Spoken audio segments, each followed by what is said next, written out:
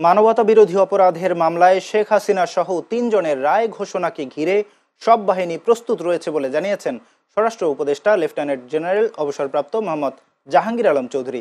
আজ দুপুরে বরিশাল জেলা পুলিশ লাইন্স পরিদর্শন ও আইন শৃঙ্খলা বাহিনী সহ মাঠ প্রশাসনের শীর্ষ কর্মকর্তাদের সঙ্গে বৈঠক শেষে তিনি এসব কথা বলেন। স্বরাষ্ট্র উপদেষ্টা বলেন, দেশের আইন শৃঙ্খলা পরিস্থিতি মোটামুটি সন্তোষজনক।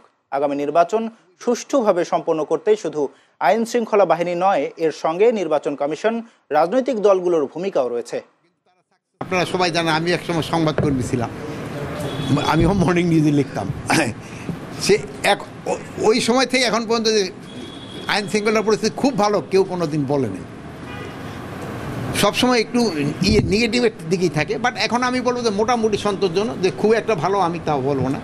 তার এখন এই যে 2-4 দিন যাওয়াতে এই যে একটা নতুন ধরনের একটা হয়েছে, এতে হয়তো 2-1টা জায়গায় একটু ঝামেলা সৃষ্টি হচ্ছে, এটা আপনাকে সবাই সহযোগিতা এটা কন্ট্রোলে চলে আসবে।